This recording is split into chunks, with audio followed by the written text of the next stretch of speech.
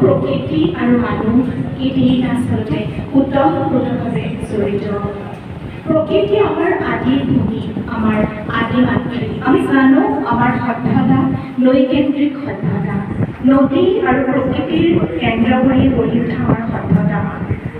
এয়া এটা অন্য প্ৰসংগ যে সেই সভ্যতাই আজি বহুত স্তৰ অতিক্ৰম কৰি আহি আমি এক অত্যাধুনিক সময়ত আহি উপস্থিত হৈছোঁ। আমি আগত কোনো কল্পনাত ভাবিব নোৱাৰা ধৰণৰ বৈজ্ঞানিক প্ৰযুক্তিক আজি আমি আঁকোৱালি লৈছোঁ আৰু আমাৰ দৈনন্দিন জীৱনত ব্যৱহাৰ কৰিছোঁ। এটা শতিকাৰ আগত মোবাইল ফোনৰ বিষয়ে মানুহে ভাবিব নোৱাৰিলেহেঁতেন।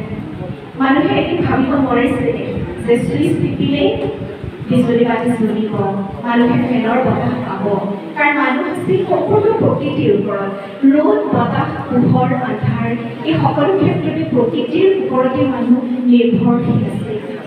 কিন্তু যুগৰ পৰিৱৰ্তনে মানসিক দৃঢ়তাই, মানুহৰ কৰ্মমুখিতাই যুগক সাংঘাতিক ধৰণে এটা প্ৰযুক্তিশালী পৰিৱেশনত দিলে। আৰু আমি আজি অত্যাধুনিক জীৱন যাত্ৰাত অভ্যস্ত হৈ পৰা মানুহ। ইয়াত থকা প্ৰত্যেকজন মানুহেই হয়তো মোবাইল ফোন ব্যৱহাৰ কৰে, প্ৰত্যেকজন মানুহেই লাইট আৰু ফেনৰ তলত থাকে, গৰম দিনত ফ্ৰিজৰ ঠাণ্ডা পানী খায়, এচিৰ বতাহ লয়, গাড়ীত উঠে। কোনোতো এনেকুৱা মানুহ অভ্যাস নাই যি গৰু গাড়ীত উঠি আহি ইয়াত উপস্থিত হৈছে। কিন্তু মই ক'বলৈ বিচাৰিছোঁ, আমাৰ জীৱনৰ এই আধুনিকীকৰণৰ সত্ত্বেও প্ৰকৃতিৰ ওচৰত আমি আচলতে কিমান পৰিমাণে দায়বদ্ধ। আমি প্ৰকৃতিৰ ওচৰত সম্পূৰ্ণৰূপে দায়বদ্ধ। কাৰণ মানুহ আৰু প্ৰকৃতি এতিয়াও এটা মুদ্ৰাৰ ইপিঠি আৰু সিপিঠি। আমাৰ এজন বক্তাই কৈ গ'ল বন্যপ্ৰাণীৰ বিষয়ে, তেখেতে সাপৰ বিষয়ে কৈছে। হয়, আমি সাপক খুব বিষাক্ত আৰু এনেকুৱা ধৰণৰ প্ৰাণী বুলিয়ে ভাবোঁ, যি গালি খেদিব লাগে, মাৰিব লাগে। আচলতে নহয়, আমাৰ এই ভ্ৰান্ত ধাৰণা।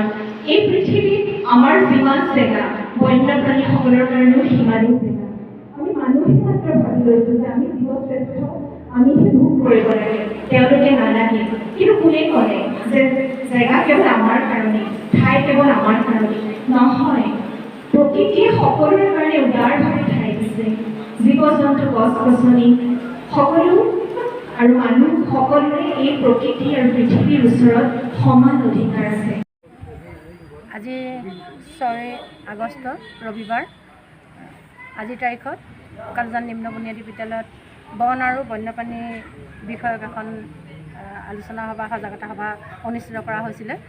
ইয়াৰ কাৰ্যসূচীত অন্তৰ্গত আছিলে গছপুলি ৰোপণ, বিশিষ্ট ব্যক্তিসকলক সম্বৰ্ধনা আৰু চিত্ৰাংকন ছাত্ৰ ছাত্ৰীৰ মাজত থলীতে ছবি অঁকা প্ৰতিযোগিতা। কেওটি কাৰ্যসূচী সুন্দৰভাৱে সফল হয়। ইয়াত বিশেষকৈ আগভাগ লৈছিলে গোলাঘাট পায়োনিয়াৰ ফাউণ্ডেশ্যন, নুমলীগড় শোধনাগাৰ আৰু কালজান নিম্ন বুনিয়াদী বিদ্যালয়ৰ সহযোগত উক্ত কাৰ্যসূচী বৰ সুন্দৰভাৱে সফল হয়। কেইবাজনো বিশিষ্ট ব্যক্তিক সম্বৰ্ধনা জনোৱাৰ লগতে গোলাঘাট স্কাউট গাইডৰ পাৰ্থজ্যোতি শইকীয়াৰ তত্বাৱধানত এদল ছাত্ৰ ছাত্ৰী আহিছিলে।